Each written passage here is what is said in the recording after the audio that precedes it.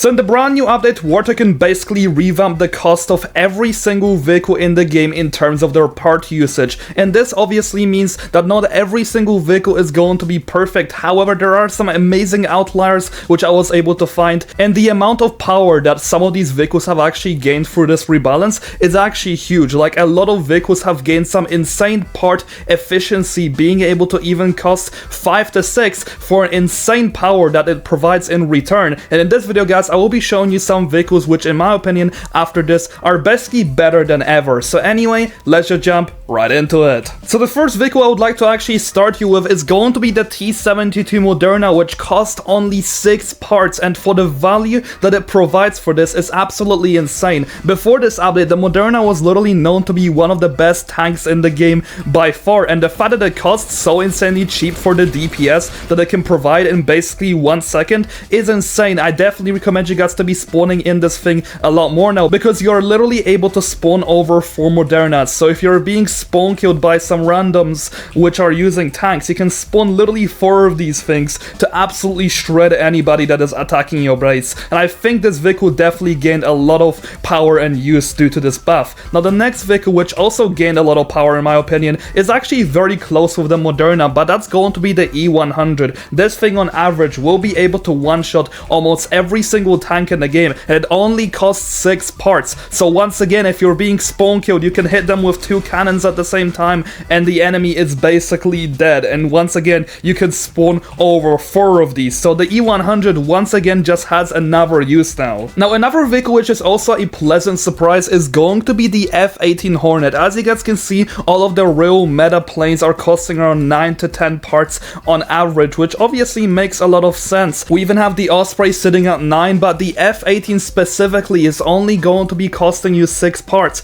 And this vehicle until this day is still one of the best planes in the game, simply because of the brute force it is able to provide. It has 4 missiles, 4 bombs, and an incredibly strong cannon and some good turning speed and dogfighting capabilities. So once again, you're able to spawn over 4 of these planes to be able to really take down a lot of opponents. So once again, if there are a lot of plane fights going on around your base and you want to be really efficient with your parts while having a strong vehicle, the F-18 Hornet will once again be able to do the job for you. However, another vehicle which also came off as a very big surprise to me, which has actually been buffed and now has pretty much similar turning speed to the F-22, that's going to be the SU47 Berkut. This thing has so many weapons, and it once again also provides with some insane cost efficiency. The developers have really went all out in terms of buffing this vehicle this update, because not only did they buff its turning speed, they pretty much also made its armory extremely cost efficient for parts. Like, look how many weapons you have over here, and really the only issue which I see with the Berkut right now is going to be its massive hitbox. Everything else about it is really extremely good, so I could even rank this plane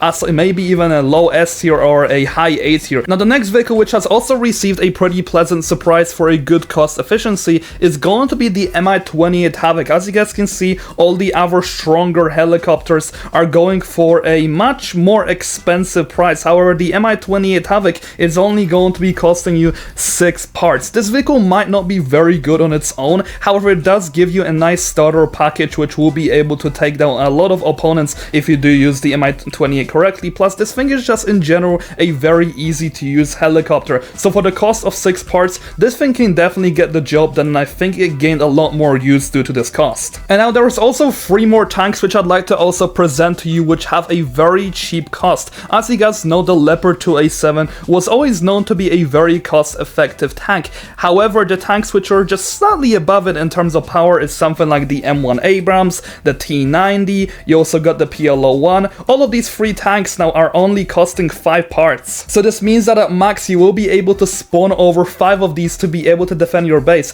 And the fact that you're only spending 5 parts with the T90 for 2.2k health is insane, and this thing's weaponry is also not too bad either. The M1 Abrams' weaponry is not the greatest, however it does have blowout panels, APS, and just in general a lot of health. And then the PLO-1, you basically spawn it for the explosive machine gun and the speed. I genuinely feel like these 3 tanks have gained a much bigger use, because most of the tanks on average, you guys can currently see the prices. They are just in general much more expensive than these things which I currently shown you. You even have the Losad, which is currently sitting at 6 parts, and we know this thing already has insane potential in terms of damage. And now there is one more vehicle which I also have to present to you. As you guys already know, the USS Douglas and the Project 1124 are one of the better boats in this game. That's kind of the goal of them that I see the developers are kind of going for. They want these things to be pretty powerful. However, the funny thing is that they cost exactly 8 parts, and the vehicle which is basically 2 times better than them is the USS Independence, which only costs 1 more part than them, while the Independence X is costing you 11, Zumwalt is costing you 12. So I believe the standard USS Independence, after it has been a little bit power crept by the buff of the Zumwalt and the Independence X being added, this thing is kind of much better again, just because why would you be spawning in the starter boats if you can spawn in the Independence for so much more value, and you can almost spawn 3 of these for the cost that you actually have right here. You need exactly 27 parts to be spawning 3 Independences, and by the time you die in at least 2 of them, those other 2 parts which you need to spawn the 3rd one will already be here. But yeah, let me know in the comment section down below which vehicles you believe have gained a lot more value in this brand new update. I am very happy with the balancing that has been put into this. Of course, some vehicles probably need a little bit of a revamp, but I do like how a lot of other vehicles in this game now actually have a purpose and a use, and I hope the developers are going to keep going with this. Anyway, I'll see you guys next video. Have a great day, and I hope that you will be using these vehicles. Anyway, see you all in the next video.